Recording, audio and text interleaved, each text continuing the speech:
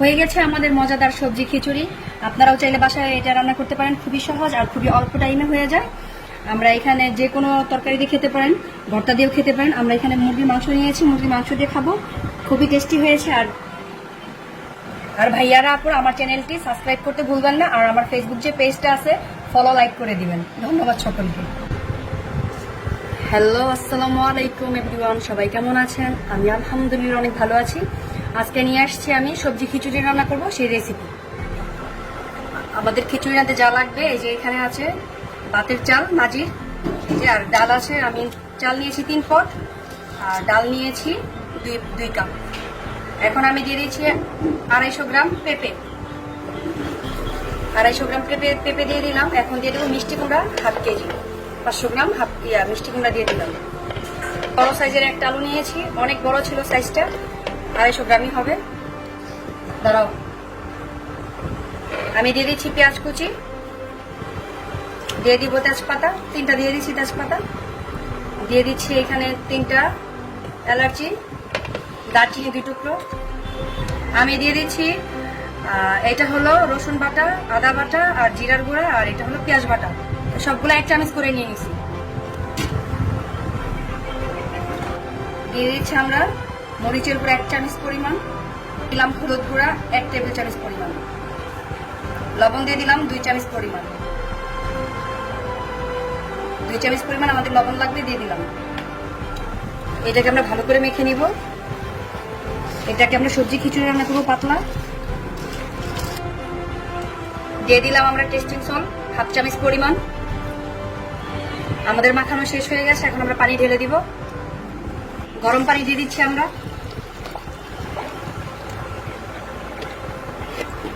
আমরা পাতিলা ভরে পানি দিচ্ছি, যেহেতু এটা পাতলা খিচুড়ি হবে, সবজি খিচুড়ি, তার জন্য। তাও আবার গরম পানি দিচ্ছি, আপনারাও গরম পানি দিবেন। আমরা এখন এটা চুলাতে বসাই দিলাম। এই যে এটা একদম ফুল আঁচে হইতে থাকবে 15 মিনিট। 15 মিনিট হওয়ার পর আমরা এটাকে নেড়ে চেড়ে দিব।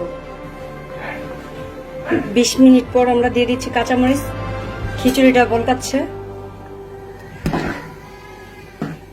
দেখেন কি সুন্দর বলক আসতেছে। আর 10 মিনিট পর আমাদের খিচুড়ি হয়ে যাবে। আমাদের খিচুড়িটা হয়ে গেছে, এখন এটাকে আমরা বাগার দিব। আমরা এখন এটাকে বাগার দিব।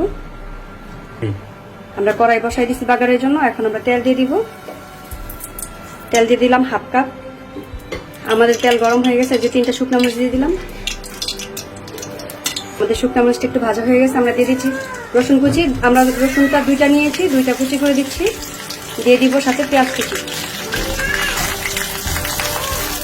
আমরা এইটাকে একটু বাদামি আঁচ করে নিব, একদম কালারটা বাদামি কালার হবে। রসুনের আর পেঁয়াজের একটা পুরো একটা ভাব চলে আসবে, তখন আমরা বাগারটা শেষ হয়ে যাবে।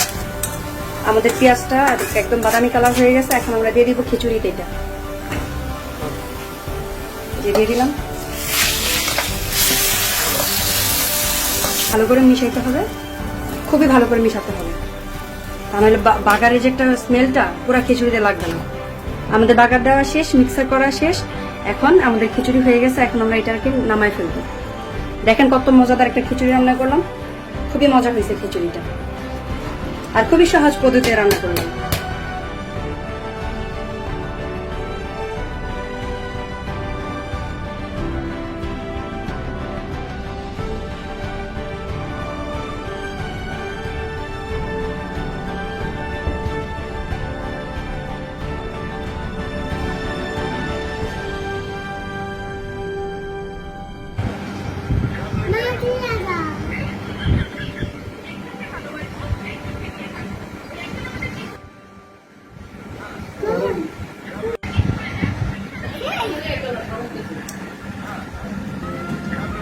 Doan ko pa ka namun kini namun kini.